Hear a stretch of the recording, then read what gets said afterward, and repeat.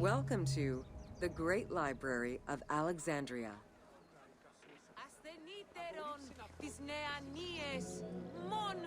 Near the district of royal palaces and within the Moseon was the most famous library of all antiquity. The Library of Alexandria was built to house all of human knowledge. At its pinnacle, the library was believed to contain over 700,000 parchments.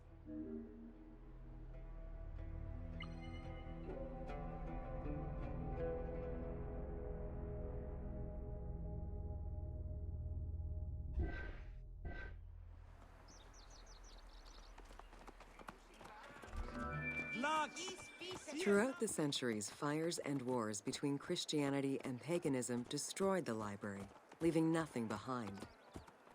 The loss of the building, and more importantly, its vast collection, is immeasurable. As no descriptions are available, the team's rendition of the Library of Alexandria was inspired by the visuals of the Library of Chalcis at Ephesus.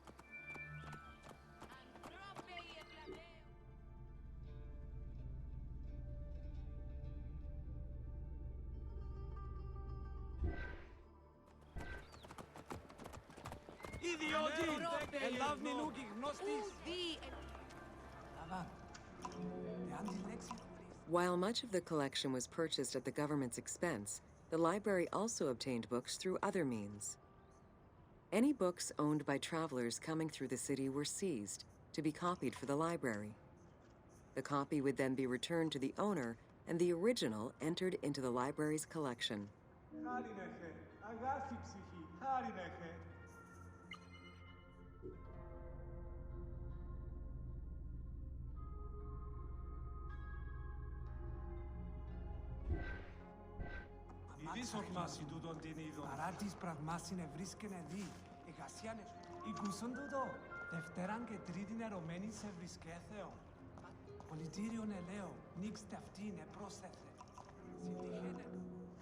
Alexandria offered unrivaled intellectual and cultural attractions. Eminent scholars from Athens, Rhodes, and other Greek centers traveled to the city to learn and engage with other free thinkers. Both the Moseon and the library were at the center of groundbreaking ideas and creative expression.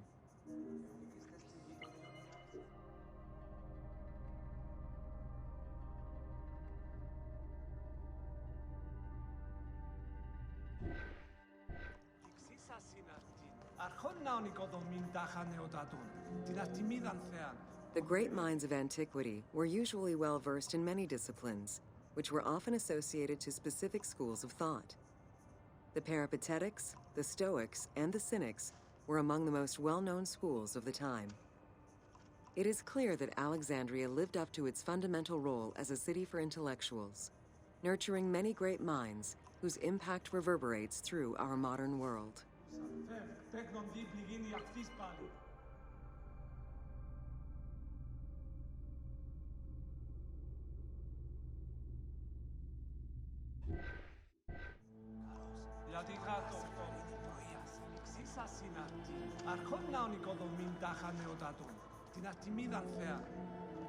Hypatia of Alexandria was a Greek mathematician, philosopher, astronomer, and inventor.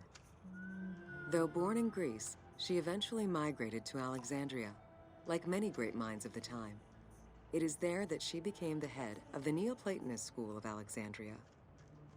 From most accounts, she was highly respected by her fellow Alexandrians, both as a teacher and a philosopher. With her death, the age of great ancient scientific discoveries came to an end.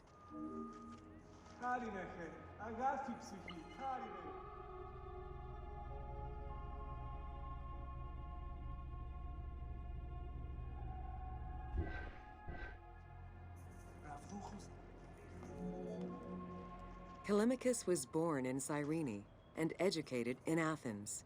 After his studies, he moved to Alexandria to work in the Great Library, A poet and a critic, he strongly rejected the epic format of Homeric poems, and instead fervently supported a shorter, more judiciously formulated style of poetry. His epigrams and elegiac poems were emulated by later poets.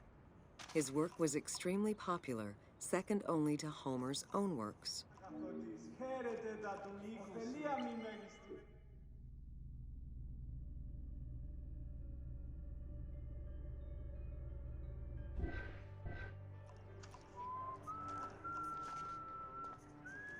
Ευχαριστώ τον Θεό. Ωφελία μη μέγιστην εκδόσες. Χάρνη δε με. Μοίρα κακή. It was in Alexandria that mathematician Euclid, the father of geometry, wrote the Elements, laying out the foundational work of what would become modern algebra and number theory. Euclidean geometry would become one of the most influential systems in the evolution of mathematics.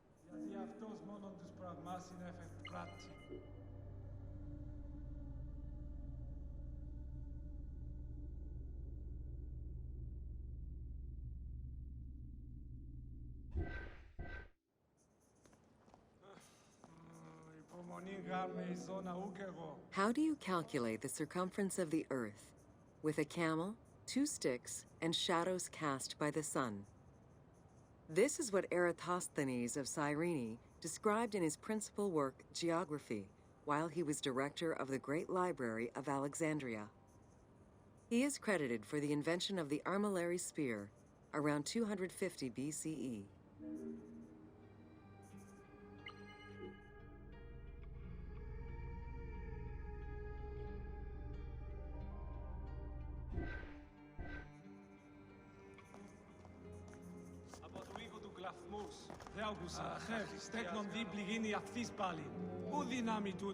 The earliest known and most complete armillary sphere of antiquity was the Meteoroscopion of Alexandria, with an imposing 9 rings compared to the 3 or 4 of most other astrolabes.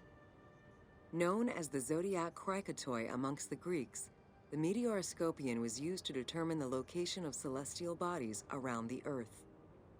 Every self-respecting astronomer of antiquity would have sought to use this tool to better understand the celestial movements.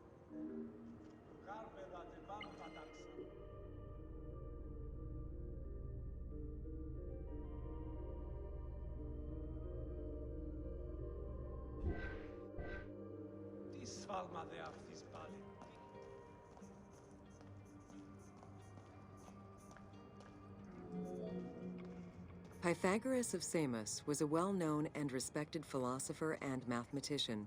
He is best known for the Pythagorean theorem. However, there is proof that the theorem existed in Babylonia and India long before Pythagoras was born, casting some doubts as to who exactly originated the theorem.